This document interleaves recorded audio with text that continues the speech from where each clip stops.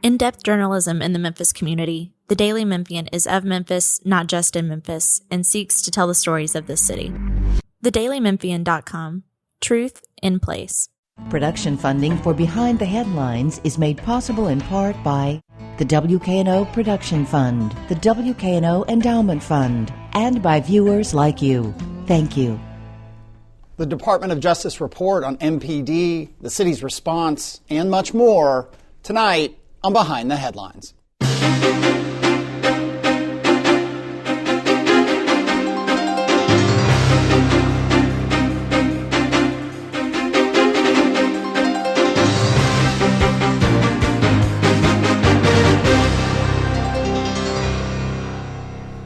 I'm Eric Barnes with the Daily Memphian. Thanks for joining us. I am joined by a roundtable of journalists this week to talk about some of the biggest stories of the week. It includes Laura Testino from the Daily Memphian. Thanks for being here again. Yeah, thanks. Toby Sells from the Memphis Flyer. Thanks for being here, Toby. Thanks for having me. And Bill Dries from the Daily Memphian. Obviously the biggest story is the DOJ report. We're recording this Thursday morning, and so it came out, I think, Wednesday, the city's response. I think even as we're taping this, there's a news conference from the Department of Justice, and the city's going to respond to that. So we don't have everything, but we know a lot, and maybe I'll start, Bill, and I'll kind of summarize some things, and you fill in with what I've missed in what's a 75-page report from the U.S. Department of Justice that was triggered after the killing of Tyree Nichols by MPD officers. It's a pattern or practice investigation that happens in cities around the country. DOJ has done this before, and there's actually has done it, I believe, here, and you'll correct me on that. What that report found, beyond a series of really, really awful incidents that we'll talk about some, and some of which we've reported on and others have reported on, some have not.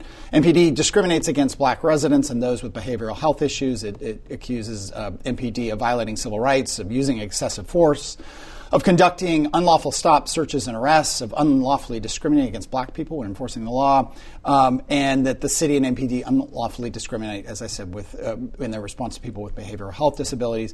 This is not, Bill, just to be clear, about the Tyree Nichols case. This is many, many incidents they point to and data they point to over a multi-year period. It was a 17-month investigation. What did I miss? Well, this started in July of 2023. Most of the time, these kind of reports take years.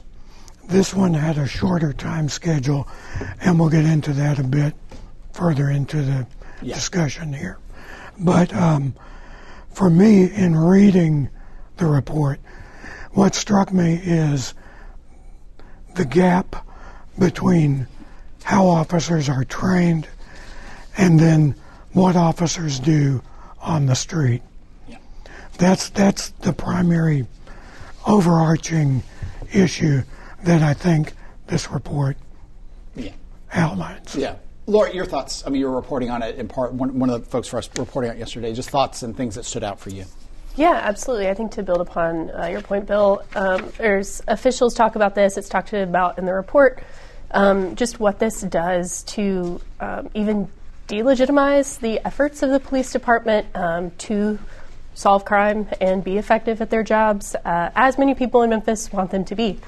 One example of that is, the way that the police department does the saturation policing that it did with the Scorpion unit that was involved in the beating of Tyree Nichols. That sort of policing being more generalized to a neighborhood rather than specific to particular people or even particular streets rather than an entire neighborhood is when we see a lot of these interactions that are outlined in the report where excessive force is used, where what the DOJ says is often unlawful search and seizure is used. And then just one other kind of point that was of particular interest to me on the education beat is that this report points out that police also escalate with children. These children are not as young as 8, not just children as young as 8. Children, yes, there are examples of children with 8 being handcuffed. Yes, etc. Go ahead. So children as young as 8, teens. There are examples of using pepper spray on teenagers, and other examples, and spell out that this escalation can happen when children are not even found to be, engaged in criminal activity, often found when they were victims of crime. And then you see the indirect exposure of all of this for children who are watching this excessive force happen to friends and family members in their community. There's an example of a young woman who had actually called the police to, I say young woman, I think she's 16, 15, if I remember correctly, who had called the police to report an assault on her and ends up handcuffed, ends up being roughed up, ends up being, really charged, and then is then charged because she's fighting because she wouldn't hand over her phone, and, just a really awful sort of incident that's described. Things for you, Toby, that stood out? One of the top line things, of course, is the disparities between use of force, other things, just enforcement in general, between the white population and the black population. It's all in the report, but I was doing some research around this and found a great 2021 story from WREG, and a story that took them more than a year to report because they couldn't get the information from the city government. But that report found that excessive force was used against black men in Memphis 7 times more than white men in Memphis. And they had all the facts and figures. It's a great story. Go look it up. So we've known this is a problem for a really, really long time. And it's one of those, cynical opinions out there that we have in Memphis that we know that police treat black people different than white people. But it's really based on cynical fact. You start digging into some of this stuff. I was looking at some MPD data for a story for next week that showed that even traffic tickets, 75% of them are for African Americans, and in the proportions just don't work out. We are a majority minority city here. We're proud of that, but these proportions on almost any criminal activity, cannabis possession, it is way disproportionate, blown out of the water. Yeah. And I believe a majority black force of MPD. That's right. I mean, obviously, in the case of Tyree Nichols, as we all know, that the main people accused there were all black. Let me take a quick second before I go back to Bill and say that Mayor Paul Young said in a statement based on this report, "Make no mistake, we take the DOJ's findings seriously and we'll review the lengthy report with an open mind. I believe it is critical we take the necessary time to thoroughly review in order to formulate a response. Our dedication to improving MPD is unwavering, and we believe that working with local stakeholders and national experts will yield a plan that effectively meets our community's needs versus a government consent decree." And we're going to come to you, Bill, and talk about what a consent decree is and the complication of that. Let me also, though, quote from C.J. Davis, the interim police chief: "We believe in continuous improvement and do not take this process lightly. We believe in improved policing and training and the progress we are seeing daily. We will continue to improve. We will continue to work with national police reform experts and the DOJ to produce a plan that can be implemented effectively and efficiently." But again, she points out, she makes the case, without federal constraint and undue financial burden to the residents of Memphis. Both Mayor Young and C.J. Davis and others are very concerned about and pushing back against the idea of a consent decree. Talk about that and the history of that and so on. A consent decree can be a memorandum of understanding between the Justice Department and the city, or it could be something that goes into court.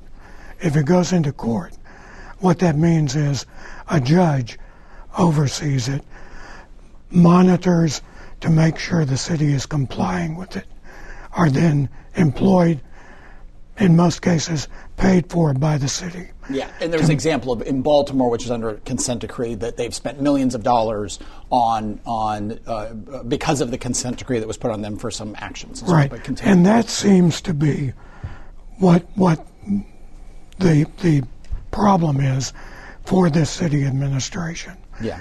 We should point out, like I said, usually these studies take 2 to 3 years. This one came to a head because of what happened on November 5th, who was elected president. Yeah. Donald Trump, 10 months into his first term, wiped away a study that the DOJ was doing like this into the MPD. Yeah. And let me go to this. Obviously, that is what hangs over all this. A huge change in the DOJ from the top on down, and a general belief that, I mean, it sounds cynical, but I am sure that there's a general belief for MPD in the city and for other cities facing this, that if we just run out the clock, Trump is not likely to enforce this the way that the Biden administration or a future Democratic administration would have. Absolutely. I think, you don't need a crystal ball to see that. Trump has always run as a law and order president. He's promised that again in this one. He's also When it comes to police force, he's said in rallies and things that, when he watches police rough up protesters, he says it was a beautiful thing to watch. Substantively, he's said that, he is immediately going to roll back a 2022 executive order from the Biden administration that it did a lot of things, but mainly it limited the amount of force that federal cops can use, and also said that, if you're a cop and you see another one engaged in this kind of enforcement, that you got to step in. That executive order also limited the amount of military gear that the federal government can either transfer or sell to state and local governments, and all that's going to be wiped out again too. So again, you don't need a crystal ball to see that the Biden administration is going to be very different than the Trump administration on this question. Go ahead, Laura. I was just going to say and without the consent decree, it becomes very unclear what natural steps forward we have to implement some of the remedies that are found in this report.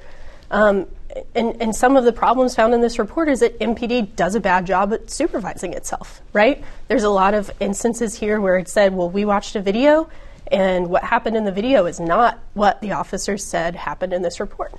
And so, without the consent decree, I think people are going to be left wondering, is this just going to be another report that shows all of these problems that maybe we had an inkling existed, and we have no path forward for a solution? Bill? Just to talk about the past, the previous investigation took place in the last year of the Obama administration. Yeah. And it was still underway when all of a sudden Trump's Attorney General, Jeff Sessions, basically said, no, we're not doing that anymore. Yeah. What we're going to do is we're going to better equip police departments with hardware, with support, things like that. None of the issues in this report are new. Yeah, right. There are. It's such.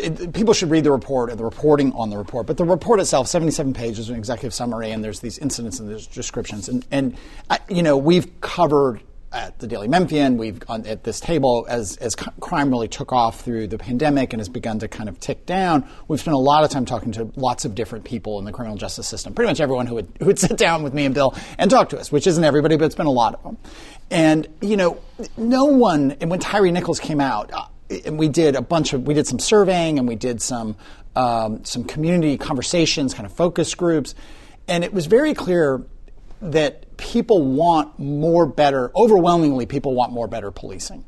They don't want police officers who beat people up. I think Toby said this at the top. People want that. And when we did, Bill, 8 city mayor the top candidates for mayor, former Harrington, Mayor Young, who won, Van Turner always stands out to me, and I tell this to people from outside Memphis, that every single candidate we talk to, correct me if I'm wrong, wants more police. And that includes Van Turner, who is the former head of the NAACP. And when I say that to people in other cities, they kind of look at me like, what? Wait. No, he was talking about 500 more police officers, going from 2,000 to 500. And it's really interesting and difficult to reconcile, I think, some of the dissonance you're talking about, Laura, of they're not doing what they're trained to do. They're not doing what, the video shows. Yet there's a city that, by and large, overwhelmingly wants more better police. And that is black and white. And again, black people in this city are overwhelmingly the victims of crime. Right. But they want good policing. They want smart policing, and they don't want people to be roughed up. And it's kind of hard to reconcile all that in some form or fashion. Just to tag on that, I was thinking, I am not an expert in this situation. There are very smart people, and I'm glad there are in this city that are thinking about this, working on this every day. So I'm a tourist here, but, I do think there are some simple things that we can do. Should we stop pepper spraying people that are handcuffed in the back of a cop car? I think we can do that. Can we stop slapping cuffs on, kids that have asked for help? I think we can do that too. Can we stop threatening, kids with mental disabilities with prison and the taser if they ran away from home? I think there's some simple, easy things that we can do here. As for the rest of it, it's super complicated. Now I'll get out of my Monday morning quarterback uniform here. But boy, you see these things in there and you think, how on earth is this Memphis, Tennessee? there are a couple more things I'm going to highlight, and I know there are people listening who are frustrated and who want, because they want crime to come down, because they and their families and their loved ones and their neighbors to not be impacted by crime, and that this is very, very difficult, and to just come down on the police is not going to help. Right. And is not going to help reduce crime. There are a couple things in the report that these are small things that they're almost incidental, but it's interesting when you get these reports and there's a certain tone deafness. And two things stood out. One was highlighting the number of times, the number of citations for incidental things with cars like, expired tags and tinted windows. Mm-hmm. And I hear from people all the time, and maybe y'all do too, who are, why in the world are there so many expired tags in Memphis? And why are tinted windows that are tinted to a certain point just allowed? These things shouldn't be allowed. Like, if you say that you're not going to enforce the law around all these expired tags, you have no credibility. That's right. And there's the report, as I read it, doesn't really get into that dynamic. It gets into the old broken windows theory that the chief of police in New York, and I think he'd been in Boston too, came in and said, look, if you're looking past the broken windows, or you're looking past people who jump over the turnstile into the subway, you're allowing a lawlessness, and you have to crack down on the small stuff in order to create a sense that, not with pepper spray, not with abuse. I want to be really clear with that, but that you have to sort of enforce the laws. And I think there are people who will read this report and get frustrated about some of those things, the way in which the DOJ report kind of dismisses the citations for low-level offenses. The other disconnect that stood out to me for some reason, well, I know why it stood out to me, which was this thing. There's a little anecdote about marijuana. It's not about an incident of violence. It's about, the DOJ is a little incredulous that a police officer might smell marijuana from a car going 60 miles an hour. I smell marijuana from cars on I-40 on basically a weekly basis. I mean, right? If you're on I-40, going 70 miles an hour, let alone 80 miles an hour, there's going to be a car in front of you, and there's marijuana coming from that car. I'm not saying that person should be arrested, and I'm sure not saying that they should be abused in any way. But there is a kind of, it's just interesting when you get these third-party reports. There's sometimes some disconnect that doesn't add up and reconcile with daily life in Memphis and in other cities. We're not the only one with crime. I think the dilemma is, and what the report talked about was, using traffic stops as Absolutely. A means, 100%, as basically the tip of the spear, pretextual for law enforcement. Yes, that I think is the distinction. Yeah, but you're right. Most of the mayor's race was about, do we pull people over for outrageous driving? Yeah. That was a major issue. Well, and has been, in this set, there's 6 categories of remedies, 18 separate remedies that this report suggests, most of them being to do things that are evidence-based and in response. But, to your point, one of those things is to cut down on traffic stops for these sorts of things. And we know how that has gone here. There was a question, I listened to the DOJ press conference on the way to this, where someone said, how should Memphis reconcile the fact that the federal DOJ is telling them to do something that its local government has tried to do, and the state has said, you may not do that. And just goes into, I think, the continued question of, now that we have continued to identify this set of problems, what can we do about them? Other last thoughts on this, and we'll talk about some other things. Yeah, just last thought for me was in reading y'all's great reporting on this, reading some of the stuff myself. One of the major arguments out there against the consent decree. No government agency wants. They all want independence. They don't want another agency kind of looking over their shoulder. I get that, but maybe the second or third reason against it is that we can't afford it. And to me that was a little callous. I thought that was kind of coarse. How can we not afford to do this to make better policing when we're getting ready to pay out easily millions of dollars to the Tyree Nichols family here? It's a tough, awful situation, and I'm not saying the consent decree is the exact way to go, but to use that as a reason against it, thought it was strange. Yeah. I think you're going to hear a lot about better training. Better training, the more times you talk about that, and it doesn't happen, or it doesn't connect with the reality of what cops do, the less effective that becomes, the more frustrating it becomes. We'll kind of segue on some other things here with, we got 7 minutes left here. Toby mentioned the Tyree Nichols civil case from the family against the city of Memphis. The city has talked about, that being some hundreds of millions of dollars, That's bankrupting right. the city. I mean, to add a little more, and recently came out with a filing that was rough, and the filing I think was then sealed, but Sam Hardiman on our staff got a hold of it, and the city making some claims about Tyree Nichols involving a possible domestic issue with his child's mother back, I think it was in California, and obviously it seems trying to get some leverage in this case. It's getting ugly. It's going to get uglier. I mean, the city, most people would say the city, county, the local government handled the Tyree Nichols case once it happened pretty well in terms of coming forward, not making excuses. But this civil case is going to get kind of ugly. But let's do a hard segue to other big news in the schools. And in Fraser and Cordova, the 2 big high schools have been talked about to be built. Talk about what's going on with that, Laura. Sure. So we had a replacement school for Germantown High School, which is set to close in the next 7 years because of a state law that ceded those buildings back to Germantown. That's one thing that everybody can remember from a couple of years ago becoming really necessary. And as that happened, there was a new high school in Fraser that was also on the same timeline. Those really came to a head after the wheel tax was passed, and then these next cost estimates for the schools ballooned way above what the projected amounts were that these new dollars were supposed to be able to cover.